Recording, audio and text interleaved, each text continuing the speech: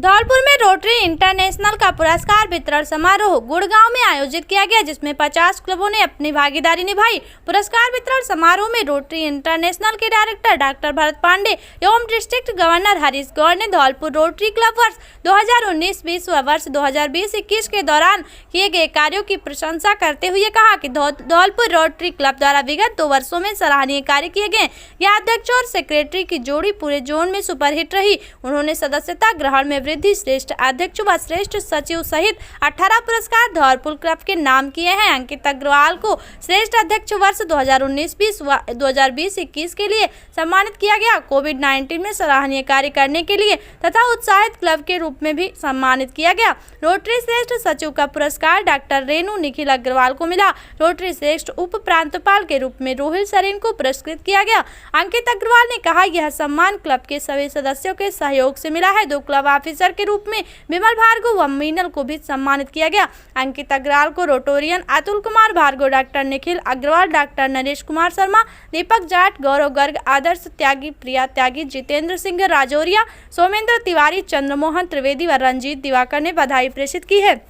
Rotary international का पुरस्कार वितरण समारोह गुड़गांव में आयोजित किया गया, जिसके अंदर रोटरी क्लब धौलपुर सिटी को 18 पुरस्कारों से सम्मानित किया गया, जो कि विभिन्न क्षेत्रों में कार्य करने पर सम्मानित किया गया। ये धौलपुर रोटरी क्लब सिटी के इतिहास में पहली बार हुआ है कि रोटरी क्लब धौलपुर सिटी 18 पुरस्कार लेकर आया है। मानवाधिकार सुरक्षा संगठन जिला कार्यकारिणी की बैठक जिला अध्यक्ष चंद्रभान चौधरी की अध्यक्षता में संपन्न हुई। बैठक में जिला अध्यक्ष चंद्रभान चौधरी ने कहा कि समाज को नशे से मुक्ति दिलाने, समाज में रोजगार पैदा करने, समाज में शिक्षा के स्तर को सुधारने, गरीब शोषित वर्ग में जागृति लाने पर जोर दिया और संगठन के सदस्यों को सामाजिक सरोकार कार्य करने, समाज सेवा कार्य करने की सलाह दी। जिले में कोई पीड़ित है या किसी का शोषण हो रहा है तो उसकी मानवाधिकार सुरक्षा संघ की ओर से हर संभव मदद की जाएगी। कहा कि आगामी दिनों में बाड़ी, बसेड़ी, राजाखेड़ा, सरमथुरा बैठक कर ब्लॉक कार्यकारिणी की बैठक का विस्तार किया जाएगा। इस मौके पर जिला युवा अध्यक्ष लकी राणा, महिला अध्यक्ष हेमलता शर्मा ने कहा कि समाज उत्थान हेतु प्रयास करने को और संगठन शोषित वर्ग के साथ हमेशा खड़ा रहेगा। इस मौके पर सभी नवनियुक्त पदाधिकारियों का भी स्वागत किया गया। इस अवसर पर मानवाधिकार सुरक्षा संगठन के जिले विस्तार पर चर्चा भी करेगी। इस अवसर पर विक्रम चौधरी, विनोद चाहर, फारूक खान, गब्बर गुर्जर, भारत गुर्जर, गौरव सिंघल, आकाश पचौरी, भीकम सिंह, रामदिनेश शर्मा, मांगीलाल शर्मा, हरीश कुमार शर्मा, अजीत सिंह परमार, मदन शर्मा, पवन शर्मा आदि उपस्थित रहे। धौलपुर जिले के विरोधा गांव में एक गाय वाटर वर्क्स पानी की टंकी के पीछे मोतीराम बघेल के घर के पास अचानक गड्ढे में गिर गए। सूचना मिलने पर मंडल अध्यक्ष सत्येंद्र बघेल, अखिल भारतीय युवा बघेल महासभा धौलपुर ने बताया कि उनके गांव वालों के सहयोग से गाय को गड्ढे से बाहर निकाला। इस मौके पर रामकिशन बघेल, प्रदीप बघेल, थोला बघेल, भगवान सिंह ठाकुर आदि लोग मौजूद रहे। बड़ी कोतवाली थाना क्षेत्र में चचेरे भाइयों ने ताऊ और उसके बेटे के साथ मारपीट की। कोतवाली थाना प्रभारी गजानंदन ने बताया कि देवर के साथ पत्नी की बढ़ती नजदीकियों के कारण चचेरों भाइयों में विवाद था। पत्नी 4 महीने पहले पति को छोड़कर मायके भी चली गई। पति ने आरोप लगाया कि उसके चाचा का बेटा उसकी पत्नी की फोटो दोस्तों के साथ भी शेयर करता है। इस पर मंगलवार रात उसको टोका तो मारपीट कर दी। बीच बचाव में आए पिता की भी लाठी डंडों से पिटाई की। घायल 55 साल के बुजुर्ग को जिला अस्पताल में भर्ती कराया गया। पीड़ित ने पुलिस में शिकायत दर्ज करवाई है। 4 महीने पहले पति को छोड़कर मायके गई घायल बुजुर्ग के बेटे ने बताया कि पिछले साल नवंबर में उसकी शादी हुई थी। शादी के बाद उसकी पत्नी और उसके चचेरे भाई के बीच दोस्ती हो गई। पत्नी 4 महीने पहले उसको छोड़कर मायके चली गई। इस दौरान चचेरा भाई उसकी पत्नी की लगातार फोन करता है। इस कारण पति पत्नी की भी दूरियां बढ़ती जा रही हैं। चचेरा भाई अपनी भाभी की सहेलियों के साथ फोटो दोस्तों के साथ शेयर भी करता है। कई दोस्तों के व्हाट्सएप पर भी पत्नी की फोटो शेयर की है। ताऊ के साथ भी मारपीट। पीड़ित ने मंगलवार देर रात अपने चचेरे भाई को उलाहना दिया, जिसके बाद आरोपी चचेरे भाई ने अपने पिता और भाइयों के साथ मिलकर उसकी मारपीट करनी शुरू कर दी। मारपीट होता देख बेटे को बचाने आए बुजुर्ग पिता पर भी चाचा और उसके बेटों ने लाठी डंडों से हमला कर दिया, जिस हमले में बुजुर्ग को काफी चोटें आई हैं।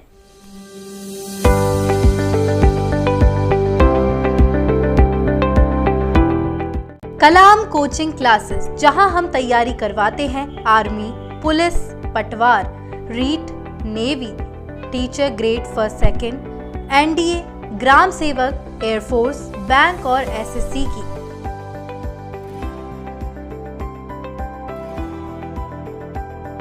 और यहाँ हमारे द्वारा अनाथ और विकलांग छात्रों को निःशुल्क शिक्षा दी जाती है। प्रवेश के लिए संपर्क करें।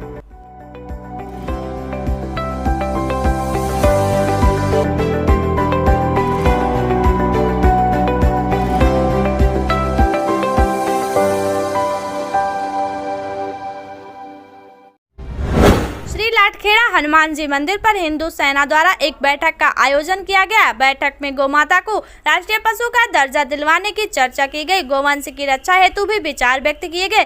कार्यक्रम को संबोधित करते हुए प्रदेश उपाध्यक्ष आचार्य दिनेश चंद्र शर्मा ने केंद्र सरकार से अपील की कि सनातन धर्म और गौभक्तों की भावना व उनकी सुरक्षा हेतु गौमाता को राष्ट्रीय पशु का दर्जा देने की कृपा करें। एवं समस्त गौशाला प्रबंधकों से भी निवेदन है कि जो भी गौभक्त या अन्य गौपालक गौमाता को आपकी गौशाला में लेकर आता है तो गौवंश को अपनी गौशाला में जगह देने की कृपा करें। जिला अध्यक्ष दुष्यंत शर्मा ने कहा कि गौमाता की रक्षा करना प्रशासन के साथ साथ हम सबका भी कर्तव्य बनता है। कार्यक्रम में नए सदस्य संतोष शर्मा, अभिषेक शर्मा, भूपेंद्र सिंह आदि ने हिंदू सेना की सदस्यता ग्रहण की व कार्यकारिणी का विस्तार करते हुए सर्वसहमति से बालकृष्ण उपाध्याय को जिला अध्यक्ष करौली व दिनेश शर्मा बीपरपुर को ब्लॉक अध्यक्ष मनिया नियुक्त किया है।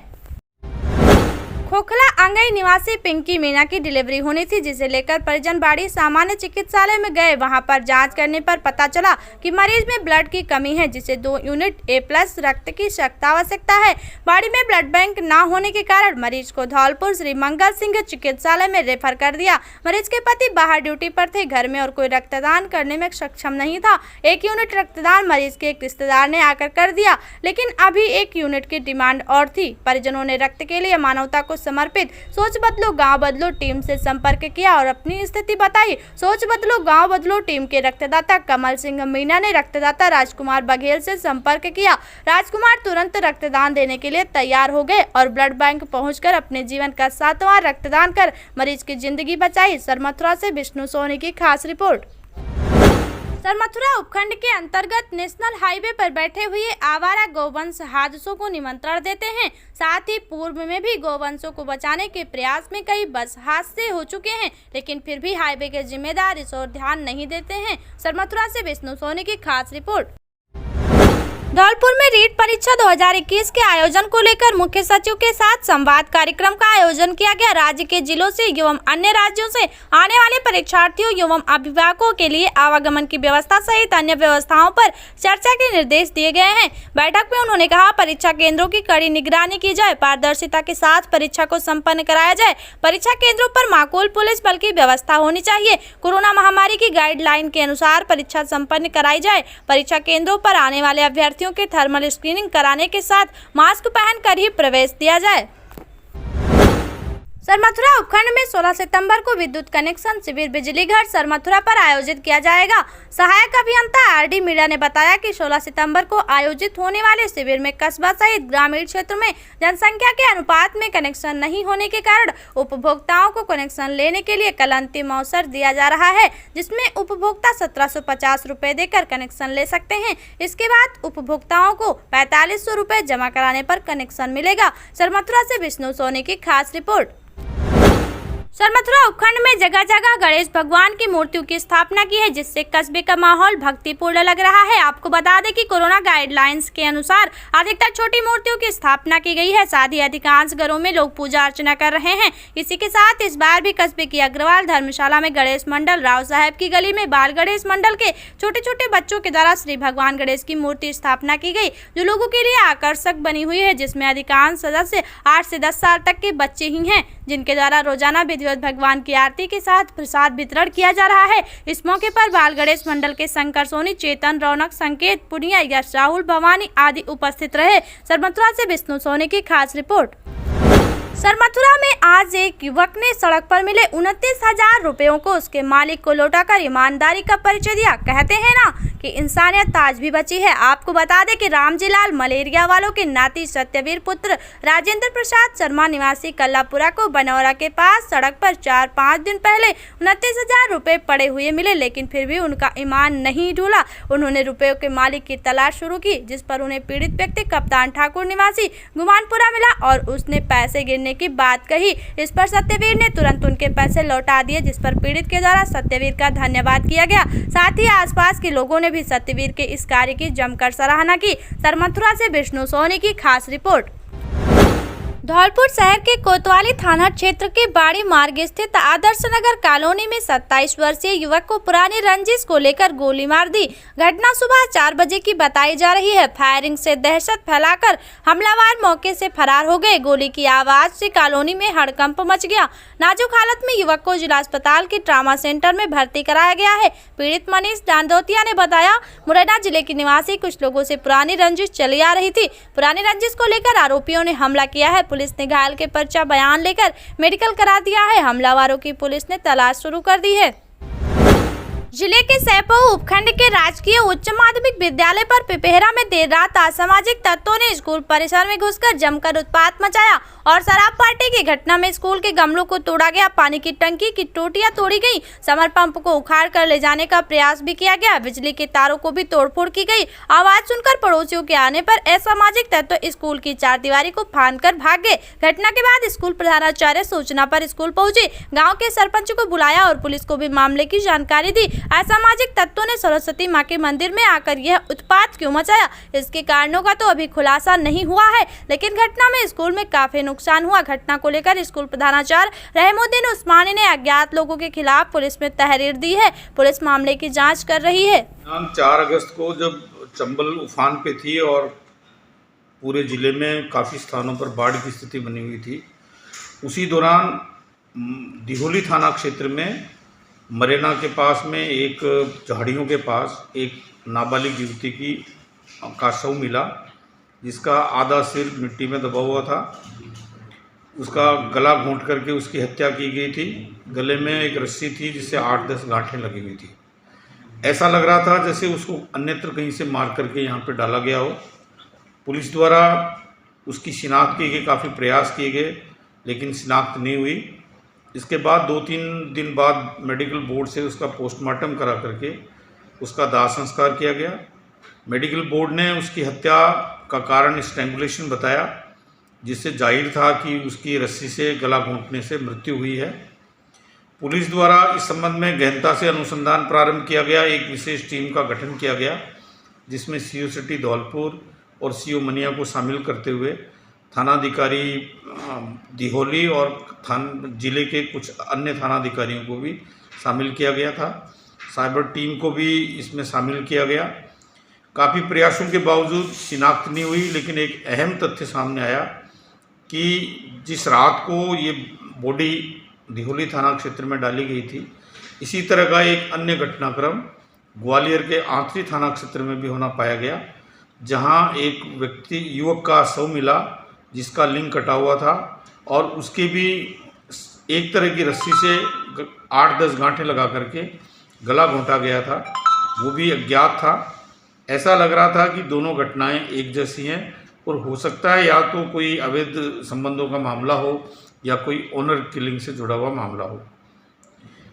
इस संबंध में दोनों स्थानों का गहनता से विजिट किया जा करके और तकनीकी साक्ष्य संकलित किए गए थे।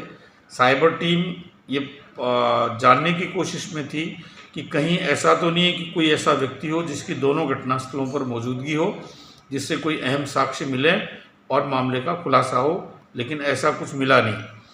इसी दौरान युवती की और उस युवक की लाश की शिनाख्ती के लिए काफ़ी प्रयास किए गए, प्रिंट और इलेक्ट्रॉनिक मीडिया के माध्यम से भी, और पूरे उत्तर प्रदेश, मध्य प्रदेश और राजस्थान के जो भी सीमावर्ती ज़िले थे उनमें मुस्तैदी कराई गई।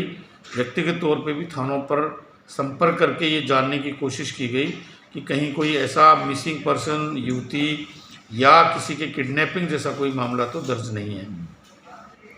लेकिन काफ़ी समय बाद ये जानकारी में आया कि सिरसागंज थाने में एक उत्तम नाम के व्यक्ति की मिसिंग रिपोर्ट दर्ज है और उसके कुछ दिनों बाद 12/8 को उसका 364 आईपीसी के अंतर्गत आपराधिक प्रकरण भी दर्ज है। सूचनाएं सिरसागंज पुलिस स्टेशन को ये जो शव मिला था लड़की का उसके फोटोग्राफ्स और जो ग्वालियर के आंतरी थाना इलाके में युवक की लाश मिली थी वो भी भेजे गए थे, लेकिन उन्होंने इस ओर कोई उस समय तक विशेष ध्यान नहीं दिया। जो सिरसागंज थाने पर उत्तम के अपहरण के संबंध में प्रकरण दर्ज हुआ उसमें उनके द्वारा एक अभियुक्त की गिरफ्तारी भी की गई, जिसमें उसने कन्फेस किया कि हमने लड़की और लड़के को मार दिया है और यमुना में डाल दिया है। काफ़ी समय तक वो रिमांड पर भी रहा, लेकिन उसने ये खुलासा नहीं किया कि उन्होंने लड़के की लाश आंतरी इलाके में और लड़की को दिहोली थाना क्षेत्र में डाला है। इस तथ्य की जानकारी जिला पुलिस को भी नहीं दी गई थी। कुछ दिनों बाद फिर एक अन्य अभियुक्त को गिरफ्तार किया गया और उससे भी काफ़ी दिनों तक खुलासा प्रयास किया जा रहा था पूछताछ करके, लेकिन उसने भी कोई खुलासा नहीं किया।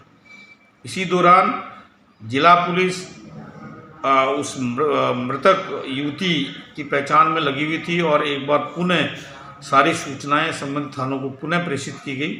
वो सूचनाएं जब सिरसागंज थाना अधिकारी को सामने आई तो उनको लगा कि जो मृतका और मृतक व्यक्ति है उसकी पहचान उन लोगों से मेल खाती है उसकी फ़ोटो, और उन्होंने थाना दिहोली पर संपर्क करके इस पूरे घटनाक्रम की जानकारी ली गई। जब उनको जानकारी मिली तो उनको लगा कि ये संभव है कि युवती और जो युवक मिला है वो नेहा और उत्तम दोनों हों, इसलिए उन्होंने जो गिरफ्तार शुदा मुलजिम थे उसको लेकर के कल दिहोली थाने पर आए।